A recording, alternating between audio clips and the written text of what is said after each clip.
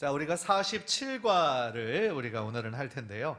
우리 지난주에 무엇을 배웠었냐면 로마서가 어떻게 쓰였는지에 대해서 그 배경을 조금 나누었어요. 로마서는 누가 썼을까요? 로마가 썼나요? 네, 바울이 썼죠. 로마에 있는 성도들에게 바울이 쓴 편지가 로마서였습니다.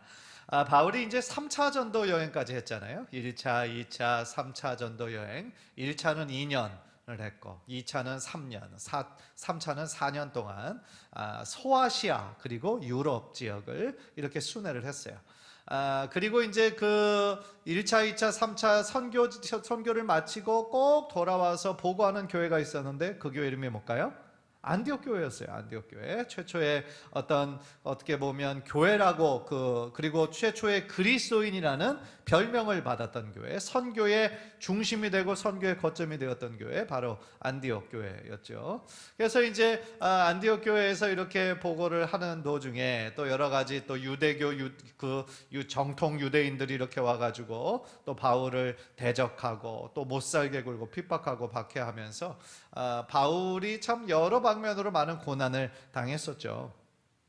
그래서 이제 예루살렘 방문을 앞두고 그리고 이제 바울이 로마서를 쓰는 거죠. 왜냐하면 로마서를 쓴 이유가 보통 이제 다른 서신들에서는 자신이 복음을 전해서 교회가 개척되고 그 교회에 이제 사람들의 믿음이 점점 더 이렇게 자라면서 여러 가지 생기는 질문들이 있을 거 아니에요. 그죠? 신앙에 대한 질문이나 또 교회를 이룸에 있어서 어떤 갈등이나 그런 것들에 대한 소식을 들으면 그것에 대한 해답으로 바울이 이런 일을 겪을 때는 이렇게 해라. 믿음 안에서 이렇게 너희들이 세워져 갔으면 좋겠다. 이런 식으로 쓴 편지가 대부분이라는 거예요. 그런데 이 로마서는 한 번도 이 바울이 로마에 가본 적이 없어요. 그리고 로마에 있는 성도들을 만난 적도 없어요. 그런데 로마서를 자신이 지금 로마로 가기 전에 먼저 그 편지를 보내는 거예요. 그 이유가 뭘까요? 지금 로마를 자신의 이제 남은 선교의 새로운 거점으로 삼으려는 계획이 있었던 거예요. 그래서 당시에 땅끝이라고 여겨지는 나라가 있었어요. 어디일까요? 서바나라고 불리는 스페인이었습니다. 그래서 당시에 사람들은 거기가 땅의 끝이다라고 생각을 했어요. 그래서 바울이 이제 예수님 사후, 지금 부활하신 예수님 만나고 약 30년 정도 뜨겁게 복음을 전했잖아요. 그리고 이제 바울이 어떤 마음이었냐면 자기가 살아있는 동안 예수님께서 다시 오실 줄 알았어요. 이 바울은 그것을 기대하며 살았어요. 매일매일. 그래서 바울 서신 13개를 이렇게 읽어보면 늘 예수님 다시 오실 것을 바라는 마음으로 실제로 사역을 했단 말이에요. 그래서 사도행전 1장 8절에 보면 오직 성령이 너희에게 임하시면 너희가 권능을 받고 예루살렘과 그 다음 뭐예요? 온 유대와 그 다음 사마리아와 땅끝까지 이르러 내 증인이 되리라 하시니라 그랬잖아요. 그래서 지금 예루살렘 교회, 초대교회 중심으로 복음이 퍼졌어요. 온 유대에 퍼졌어요. 사마리아는 어떤 집사가 가서 복음을 전했죠? 빌립이죠. 빌립 집사가 사마리아까지 가서 복음을 전했어요. 이제 남은 곳은 어디예요? 땅끝이에요. 땅끝. 그래서 바울이 1차, 2차, 3차를 통하여서 소아시아 지역, 유럽 지역을 지금 많이 지금 복음화했단 말이에요. 그런데 지금 마지막 남은 곳은 땅끝이잖아요. 그래서 이 로마를 새로운 거점으로 해서 이 서바나까지 내가 복음을 전해야 되겠구나. 그래서 예수님 다시 오신다라고 약속한 그것을 이루어야 되겠구나. 그런 마음이 있었단 말이죠.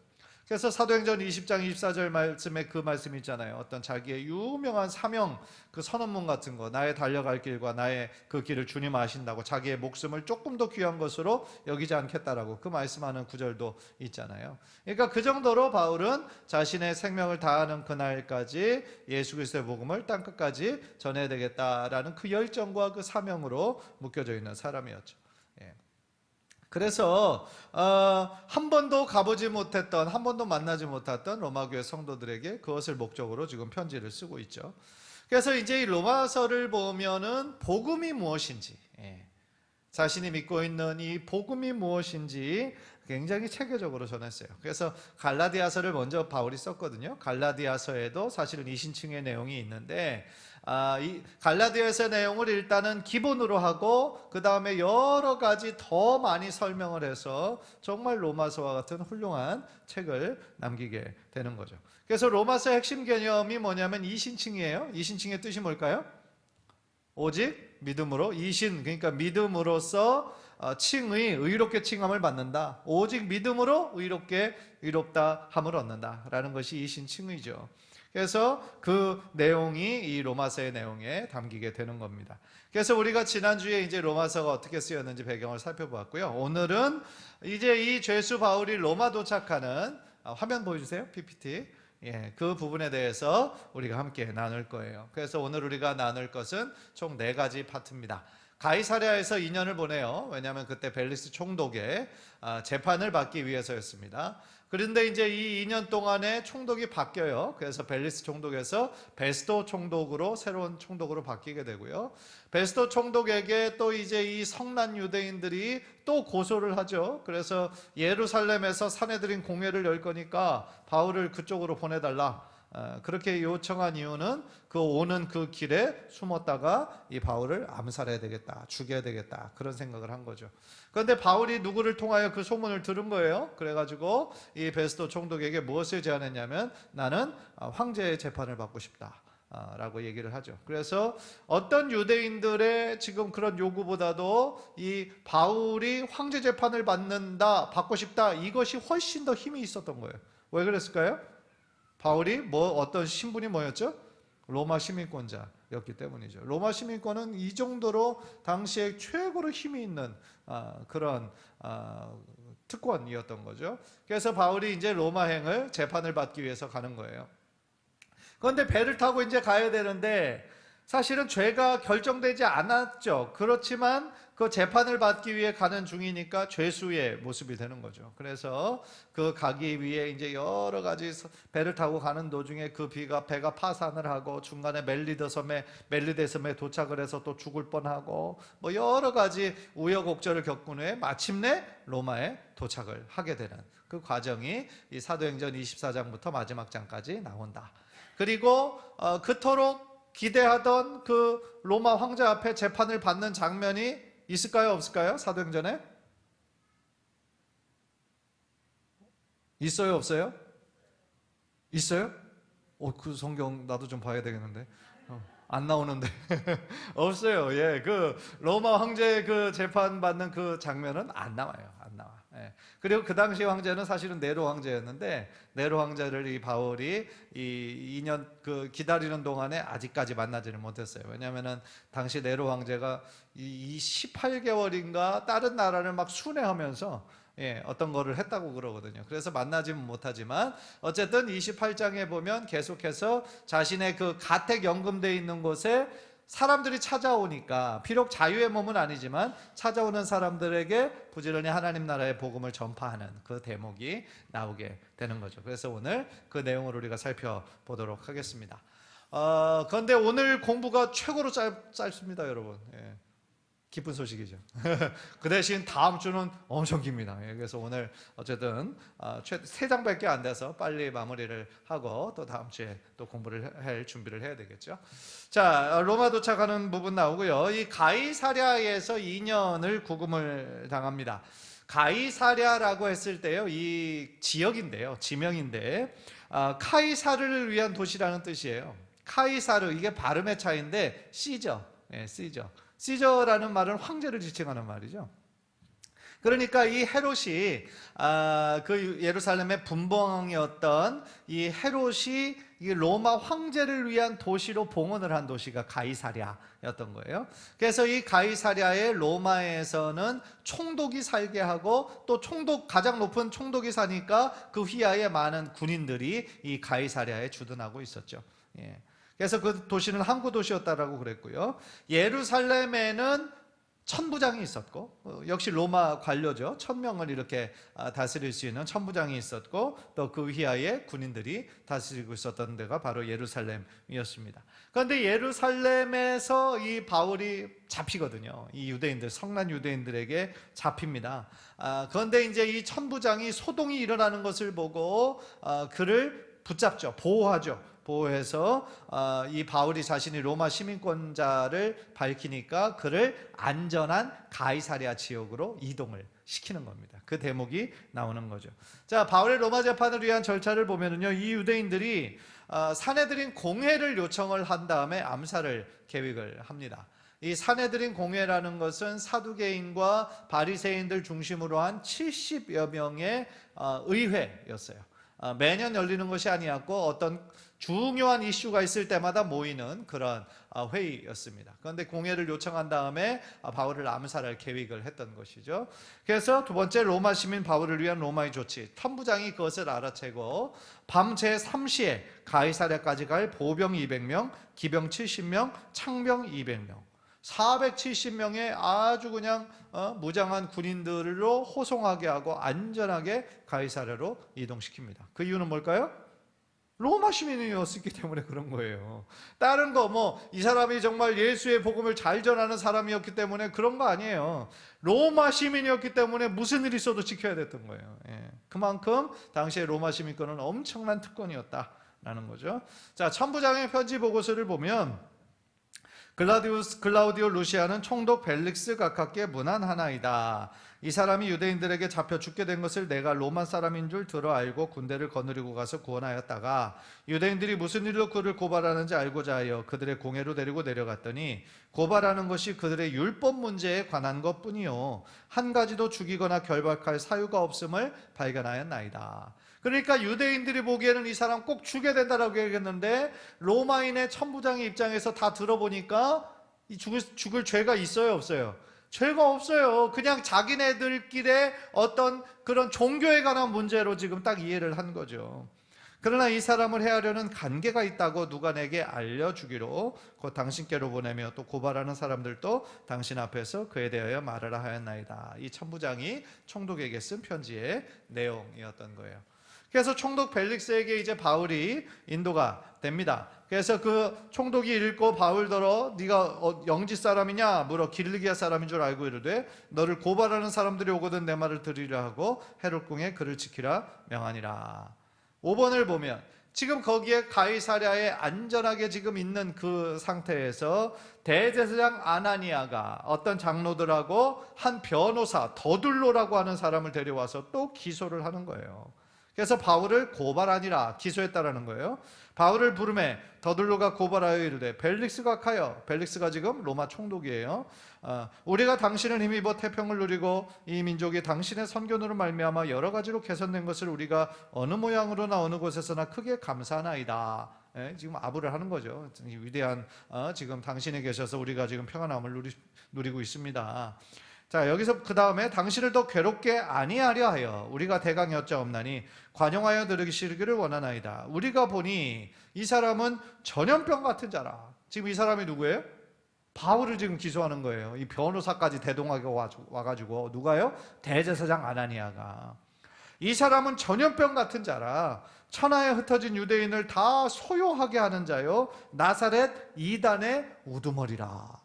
그러니까 지금 정통 유대교인의 입장에서 봤을 때 이 예수를 믿는 기독교가 뭐라는 거예요? 이단이라는 거잖아요. 이단. 그리고 전염병같이 이 이단의 교리를 이 바울이라는 사람이 전파해가지고 온 유대인들에게 지금 큰 어려움을 일으키고 있다. 소동이 난다. 그렇게 지금 고발을 하고 있었던 것이죠. 그래서 총독 벨릭스가 이제 그 얘기를 듣고 대략 감을 잡았겠죠. 그러면서 재판을 위해 가이사랴 감옥에 2년간 구류를 시키는 거예요. 가택연금을 시키는 거예요. 그래서 벨릭스가 이 도에 관한 것을 더 자세히 아는 거로 이 고소한 사람들보다 더 잘 아는 거예요. 그래서 연기하여 이르되 천부장 루시아가 내려오거든 너희를 처결하리라 하고 백부장에게 명하여 바울을 지키되 자유를 주고 그의 친구들이 그를 돌보아주는 것을 금하지 말라 하니라 이랬죠. 그러니까 비록 좀 가택연금이니까 다른 데를 자유롭게 다니지는 못해요. 그러나 비교적 거기 안에서 아직 재판을 받기 이전이었기 때문에 아주 힘든 그런 상황이 있었던 것은 아니었죠. 자, 그 다음 그런데 이제 총독 벨릭스의 속마음이 여러 가지 마음이 있었던 거예요. 그래서 그 플러스 해놨잖아요. 그리스도의 도를 알고 싶은 마음도 약간 있었어요. 있었어요. 그리고 또 하나의 마음은 뇌물을 좀 받으려고 하는, 뇌물을 얻고 싶은 마음도 있었어요. 그리고 또 유대인의 환심을 얻어야 되겠다. 왜냐하면 지금 로마 총독인데 어디를 다스리는 총독이에요? 유대를 다스리는 총독이잖아요. 그러니까 이 유대 땅, 이 예루살렘 지역이 당시로선 참 골치 아픈 지역이었거든요. 골치 아픈 지역이에요. 그러니까 로마 총독, 여기 자기가 맡아 있는 이때 좀 평안해야 자기가 더 높은 자리로 승진할 수 있는 그 자리였다는 거죠. 그래서 어떤 소요가 일어나는 것을 원하지 않았어요, 로마의 총독으로 온 사람들이. 그래서 그런 의도도 있었다라는 것을 우리가 알 필요가 있죠.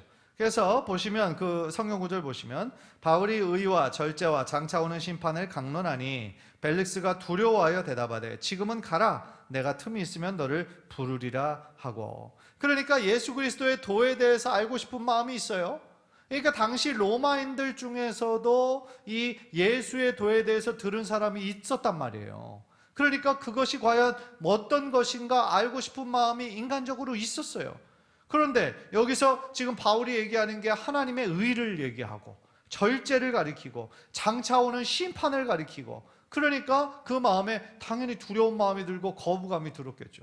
지금 자기가 누리는 이 정치적인 특권과 지금 자기가 지금 삶이 너무나 만족스러운데 막 장차 올 심판과 이런 거를 얘기하니까 당연히 마음에 두려운 마음이 들었던 거죠. 그러니까 야, 오늘은 여기까지만 들을게, 내일 다음에 또 하자, 이러면서 이제 그 시간을 이렇게 보류하면서, 동시에 또 바울에게서 돈을 받을까 바라는 거로. 그런데 여러분, 이 대목 보면서 바울이 돈이 많았어요? 바울이 무슨 뭐 돈을 가지고 다녔나요? 아니거든요. 근데 왜 바울에게서 돈을 받을까 이 사람이 기대를 했냐면, 바울이 그 지금 이쪽으로 잡혀오기 전에 예루살렘에 있었잖아요. 그런데 예루살렘 교회로 갈 때 뭐를 가지고 갔죠? 자기가 개척했던 그런 교회, 여러 교회들에서 그 예루살렘 교회 성도들을 향한 연보, 헌금을 모아가지고 그 예루살렘 교회에 전달을 했거든요. 그러니까 그 금액이 제법 큰 금액이었던 거죠. 그러니까 이 로마 총독 입장에서 봤을 때, 아, 이 사람이 지금 돈을 많이 운용할 수 있는 능력이 있구나, 그거를 이제 알아차리고 이 사람에게서 돈을 받으려고 하는 그런 꿍꿍이가 있었다라는 것이죠.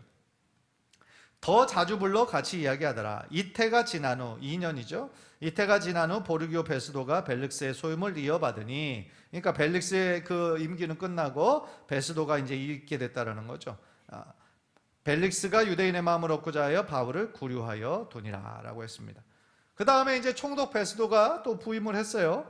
그런데 이제 베스도가 부임한 지 3일 후에 가이사랴에서 예루살렘으로 올라갔다.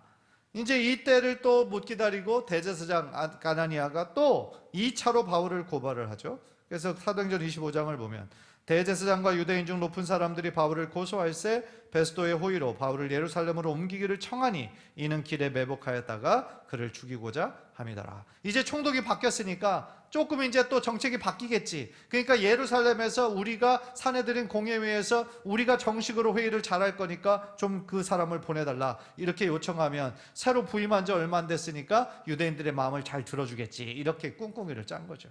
예.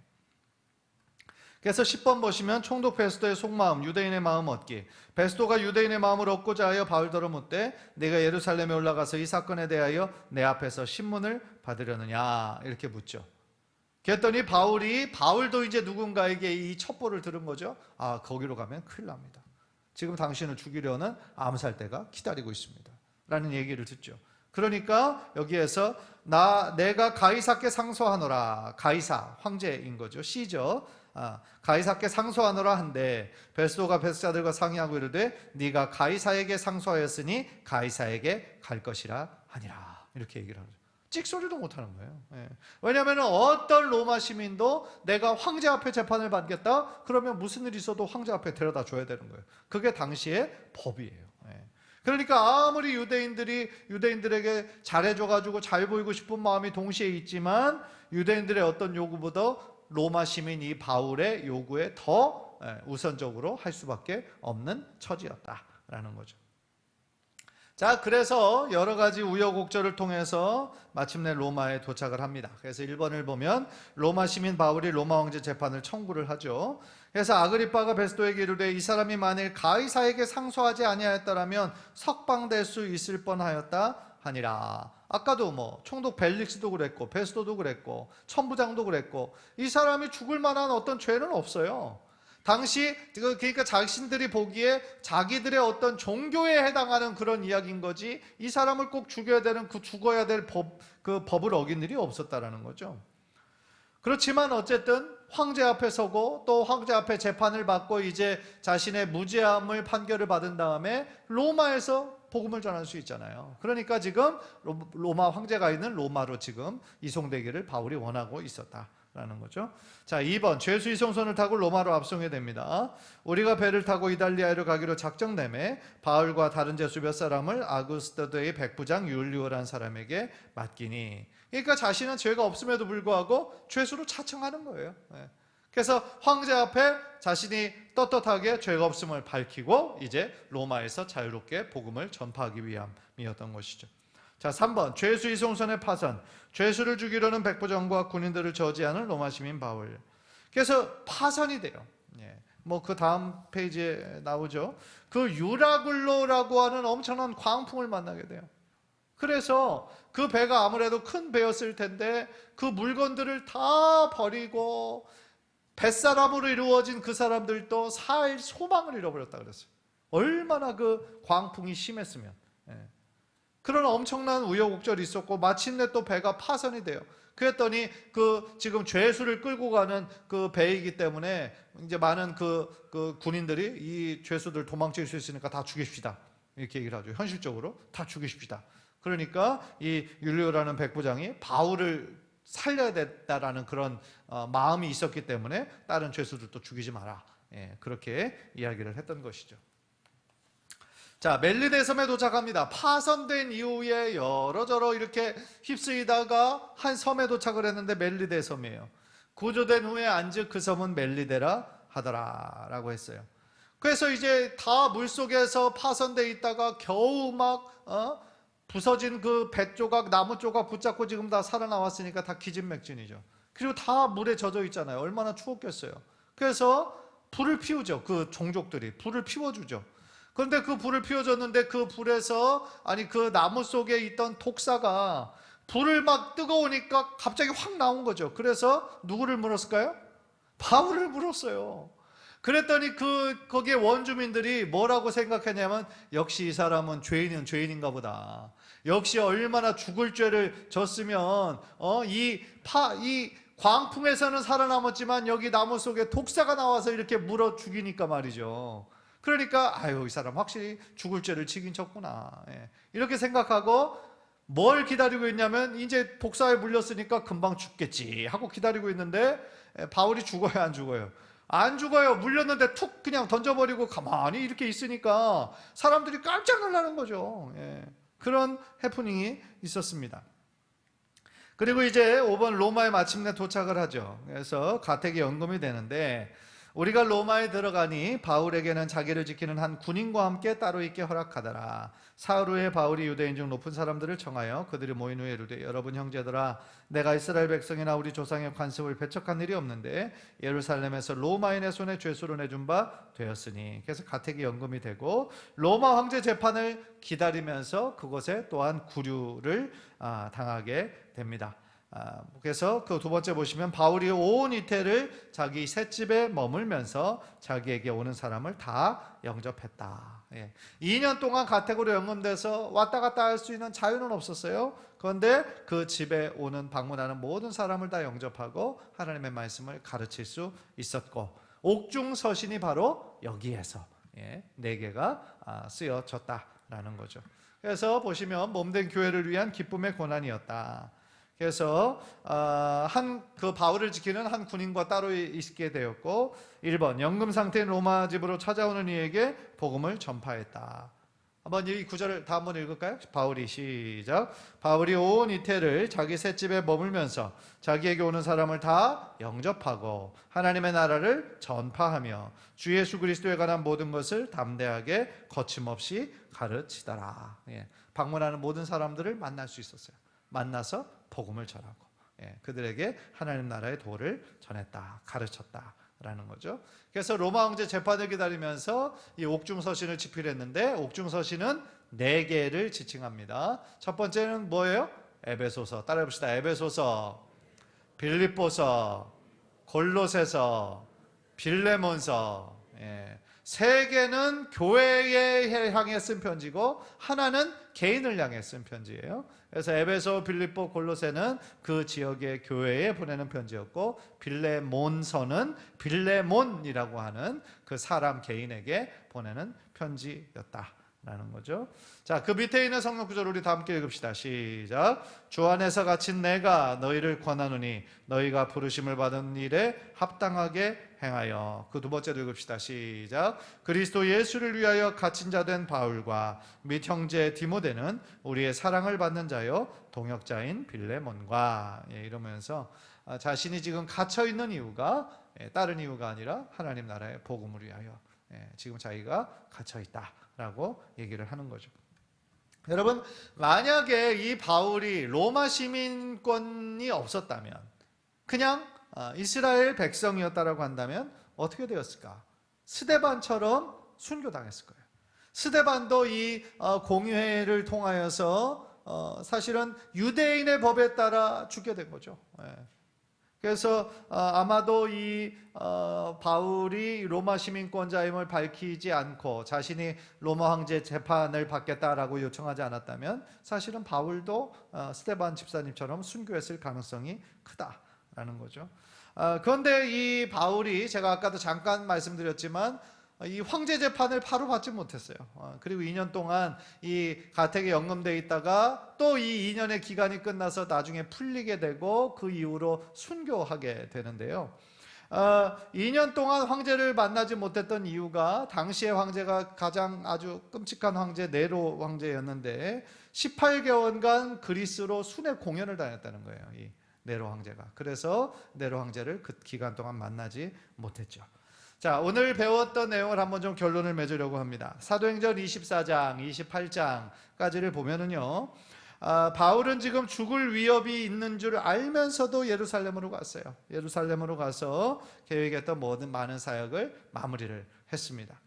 그러나 거기서 붙잡힌 바울은 로마 천부장의 도움을 받아가지고 가이사랴로 옮겨져서 2년이 흘렀고 또 그 이후에 석방될 수 있었지만 로마를 거쳐서 서반으로 가려고 하는 그의 복음을 향한 열정이 있었기 때문에 황제에게 심판을 받겠다 해서 로마로 가게 되는 것이죠. 그러니까 복음을 전해야 되겠다라고 하는 부활의 증인으로 땅끝까지 예수 그리스도의 증인이 되어야 되겠다고 하는 그의 열정을 그 어떤 환경도 상황도 멈출 수가 없었다라는 것이죠. 따라서 이 바울에게 주신 그 사명과 또 그 사명을 이루기 위해 열정적으로 정말 자신의 목숨을 아끼지 아니하고 그렇게 애썼던 이 바울의 모습을 보면서 우리도 바울처럼은 할 수 없겠지만 적어도 우리가 믿고 있는 이 복음의 소중함, 그리고 이 복음을 나만 알고 누리는 것이 아니라 아직 모르는 사람들에게 전하는 삶을 살아야 되겠다라고 우리가 다짐하면서 우리들에게도 용기를 주시고 우리들에게도 담대함을 주시고